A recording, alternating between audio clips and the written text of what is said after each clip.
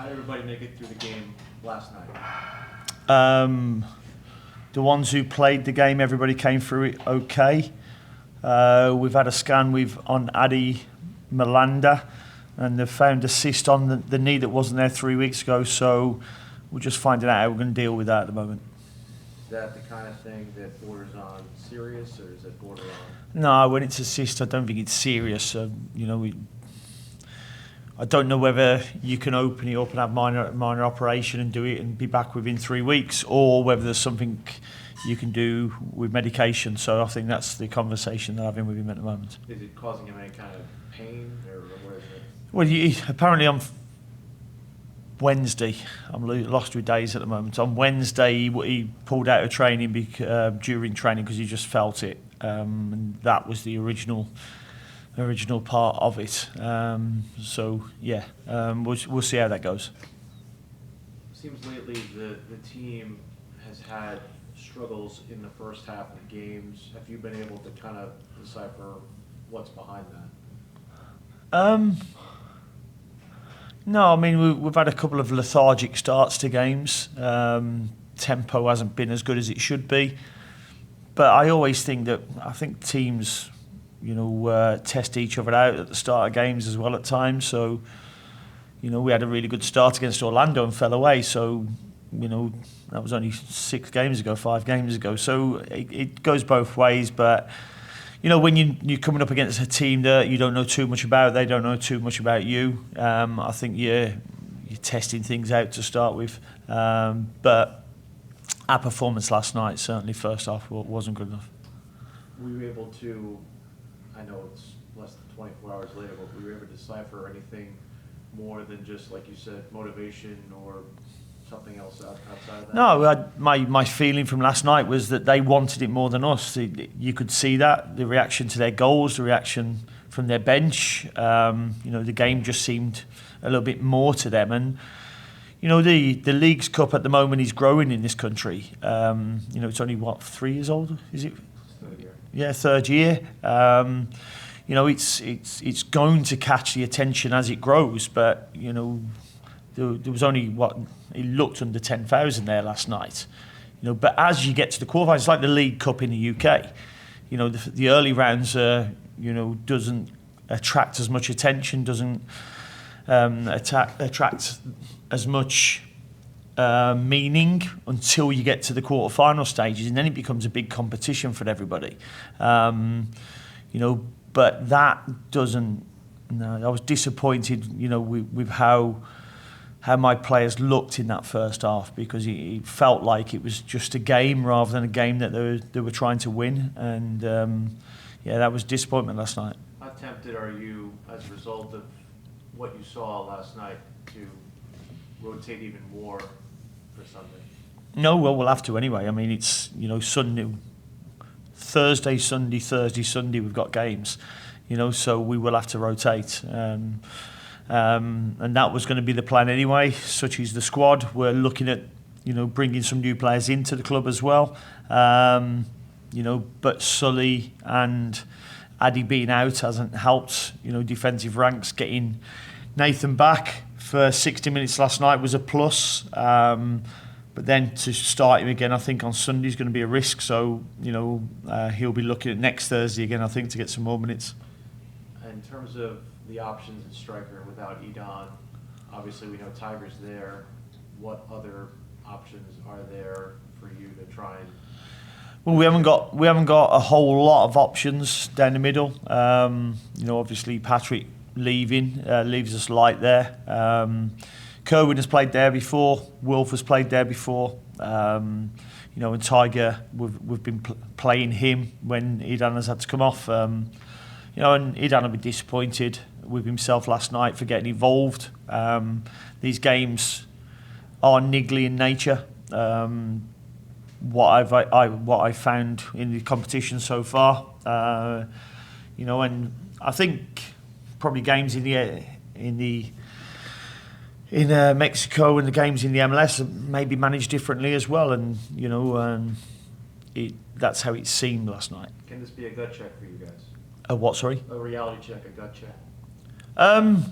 No, I mean, listen, we knew what to expect. We knew what was coming. We just didn't perform to the best of our ability last night. Go ahead.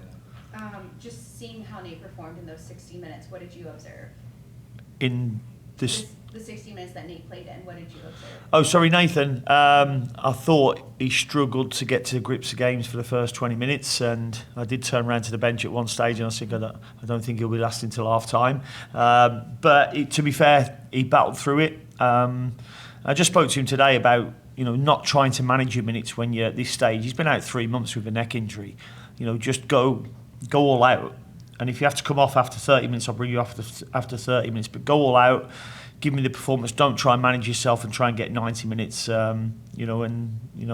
agreed. But I thought he got better as the game went on.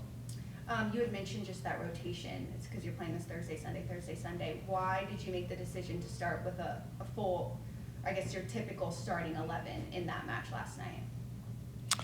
I think I made 3 or 4 changes from the last game. You did, but still players like we typically see throughout. Right.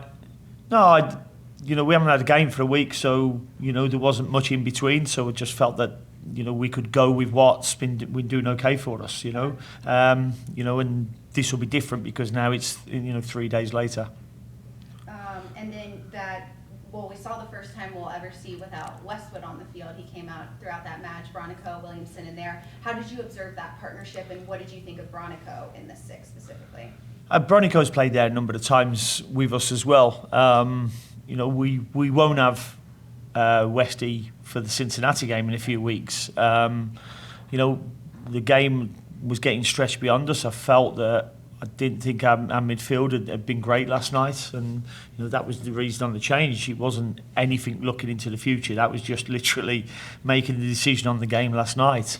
BB done okay when he came on. I think he lost the ball, which led to the 4th goal. Where sometimes he's got to be a little bit better, and I think the lad came from behind him and tackled him. But he's normal self in terms of the energy and effort that he gives. And you look at the goal that we scored the header the other week. He's got some quality in there as well when he needs to show it. Okay, cool. Thank you. Hey Dean, what was it like for you? What was the feeling after equalizing last night and then immediately conceding again, going behind?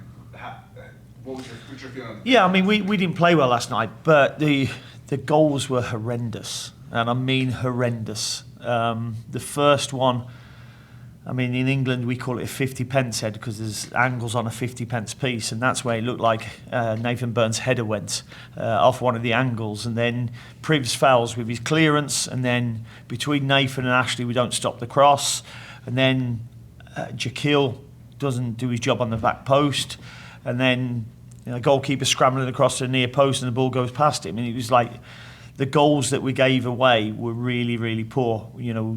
You work hard, and I think one of our first attacks we score, and then just a simple crossfield ball, and Jack gets done underneath the ball, and the goalkeeper gets done at the near post. So from all of a sudden getting back into the game, you're back on the back foot. So yeah, really disappointing in the manner of the goals that we conceded.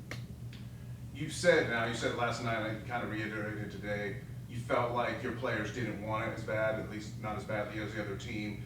And we've heard you talk also a lot this season, last season when you got here, that this club wants trophies, this club wants hard work. So how do you square this stated desire that everyone's pushing to bring trophies, bring hard work to the club, with the fact that the guys don't show up for the opening match of the cup? Well, I got in yesterday. I got off the plane yesterday at 5 p.m. So I travelled 17 hours to get here for that game, and I don't think the players probably realised what this game was going to be about. I thought we got caught getting involved in things that we didn't need to get involved with.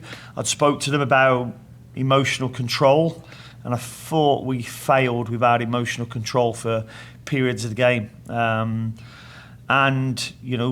With that, it changes your mentality, and we end up, I thought, playing pedestrian football in front of them rather than playing football with a pace. But I don't do that travelling away from my family unless I want to win the game. You talk about losing control, and I think we have to talk about Wilfred Zaha. He was out of control, I would say, early on, yelling at refs, following referees into down the line as the half's ending. Where do you stand with Zaha and where he was? No, I would disagree. I think Wilf, that was as controlled as I've seen Wilf last night. He got fouled in the first minute. I think the referee could have maybe made a point then and decided that was the right time to give a warning or a yellow card and put her stamp on the game. It didn't. And then 10 minutes later, I think one of their players who'd had 3 soft fouls against him was told, "Oh, we can't touch him anymore." So when one of your players is getting fouled the same, you expect a little bit more reciprocal. So he was frustrated. He was frustrated with the manner of the goals that we were conceding, and the manner of the way the game was going. But I didn't see him remonstrating, in terms of what you're saying he was last night. Okay. You said maybe bringing some new players in the club for these upcoming matches. Are you talking about Crown Legacy guys? Or No. Into the club for the rest of the season. Yeah. Okay. I just want to know, just from a fan perspective, why have the window's been open for a week, we've known we needed competition for Toklamani, you've been talking about it for a month, why have we not signed a striker? Because we won't just sign any striker. You've got to get one that's a good fit for the club, and as always, 3 things have to align all the time, and I always say this. A player needs to want to come. The club where he's at need to let him go, and then you have to agree a fee. And you have to agree the finances with the player. So it's really, really difficult for all them 3 things to align. That's why, the Patrick Ajimang saga went on for so long, and most signings do, and that's just the nature of the business we're in. How many goals will Patrick score in the championship this year? I have no idea. Who will be your striker options with Toklamani suspended? As you said, Tiger Smalls has played there for us. He's played there during pre-season. He's been coming on the sub for Toklamati as well. Wolf can play up there. Vargas can play up there. So we've got some viable options at the moment. Cheers. We'll go to Sam Spencer. Coach, hope you had safe travels back from London first. Hope everything's okay in England. Thank you very much, yeah. It was a family bereavement, so. I wanted to start off by asking you, how does your approach to the Leagues Cup change, knowing that Charlotte is in 17th out of 18th place after the first round, and with the format of this group, of the tournament changing this year, it's a lot easier for the team to get grouped. It's a lot harder to break into the top 4, especially after that result with the goal differential. How does that change how you approach the tournament? It doesn't change at all, because if we win on Sunday and other teams lose, then all of a sudden you're on the same points. So it doesn't change at all. I wanted to ask you, what do you see as the value of the cultural exchange with, not just all the different players and all the different nationalities you get on in the normal MLS or any football team, but having this opportunity to compete against another league with a really not only a diverse group of players but diverse fan bases all coming together to play. Yeah, no, it's an interesting concept, because you're coming up against teams that you don't know, players that you haven't come up against previously, coaches you haven't come up against previously, recruitment systems that are different in terms of one league's got a salary cap in, the other league hasn't. So it's interesting. It makes it a really good challenge. And, we failed last night, but we might not fail on Sunday. And that's the beauty of football. But, it's a challenge that I hope my players are going to be a lot more focused on this Sunday than they seem to be in the first half last night. How important is losing a player like Adi? Looks like with with assists. It's might be longer than we thought last night. Yeah, I mean, Addy's a top player, and I've said that since I've came here. One of our big players, that's for sure. One of our leaders as well. So it's disappointing for him, but hopefully we can get him back in the team as soon as possible. I think, he's been coming into form at the right time as well. So, it hinders us. But we've also got Nathan Byrne coming back, which also gives the likes of Privet and Bill Taloma the opportunity to scrap for that position as well. Given the physicality of the play in Leagues Cup, what was behind the decision to start Diani and possibly some other players over Bronico and more the people who are known as like the physical engines on the team? Well, we just I'd watched a couple of their Juarez's last couple of games. I think they've only played 3 games this season, so I'd watched a couple of their games, and we felt that playing a midfielder a little bit higher on the left hand side, we could end up with an extra man, and it did. We just didn't. We failed to find the spare midfielder for a lot of times last night because we didn't pass the ball as well as we could, and we passed it a little bit too slow as well. So. But I think Didi made some good runs into their penalty box, which is what we felt. We knew their fullback would get tight with Wilf when the ball arrived there, and we knew there would be space behind the fullback. And then finally, for me, obviously, football is cyclical. You can't expect a top man of the match performance out of FBL every match. But what are you asking from him? After maybe a match where he just for a player who's been spectacular in so many of the last matches, if he has an off night, which for him is still a pretty good match. Yeah, I mean, I didn't think Toronto was probably his best performance. I thought he was okay against Toronto without being outstanding, but his level of consistency has been really, really good. So, we never found enough ball for him last night, which obviously didn't help. He had the one really big chance in the second half, which would have put it back to 3-2, and he just towed wide. But his contributions were okay last night, but we've obviously seen him play at a higher level. Thank you, Coach. Best of luck on Sunday. Cheers, thank you. Team, have you seen any big tactical differences between Liga MX teams? I know you've only played Juarez and Cruz Azul last year, but last night the right back was pinching a lot inside and just creating a lot of numerical superiority. Have you seen like a huge tactical change between Liga MX side and the regular MLS teams you faced? In a word, no. They played a boxing midfield. They built with a 3. They had 2 6s, 2 10s, kept the wide players high and wide. It's pretty similar to what you would come up against at times in the MLS. All teams in the MLS, all teams in Liga MX will play in different ways.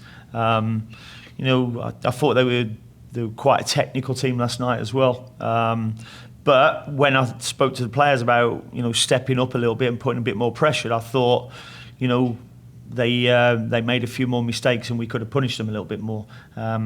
I thought we paid too much respect in the first half and sat off too much. Just one last for me. Nikola Pekovic, what are your evaluations on him, the role you maybe see him playing, or the opportunities that he might see in the future? Myself and Nico, we had a chat probably 6 to 8 weeks ago, because he played, I thought his levels he played last season was good. He was improving, and then he had an injury for the last 2 months. I didn't think pre-season and the start of the season he got to the levels that he had last season. And we spoke about him working harder to get to them levels. And the last 6 to 8 weeks he's trained really, really well. So he's now starting to come into the reckoning for being chosen to play. We'll wrap it with Willie. I know last night asking you about Chivas, probably you had a solar focus on Juarez. What more have you come to find out about the team you'll see Sunday? Well, I've just watched the first half against Red Bull last night.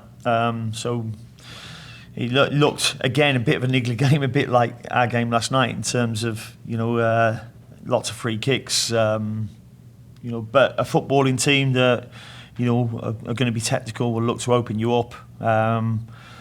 one of the bigger clubs in Mexico as well, will bring a good following. So, you know, and I hope that, you know, will add to the atmosphere. And that's something, you know, it reminded me last night a little bit, and this is no criticism of our supporters, because it's hard to get there on a Thursday night when it's raining, you know. But I remember playing Minnesota last year on a Sunday game at stupid o'clock, I think it was, and, you know, last night the atmosphere felt a little bit like that, because it's a big stadium, and when you haven't got the numbers that we normally get in the stadium, you don't get the atmosphere as well, which, you know, players can get supercharged by as well.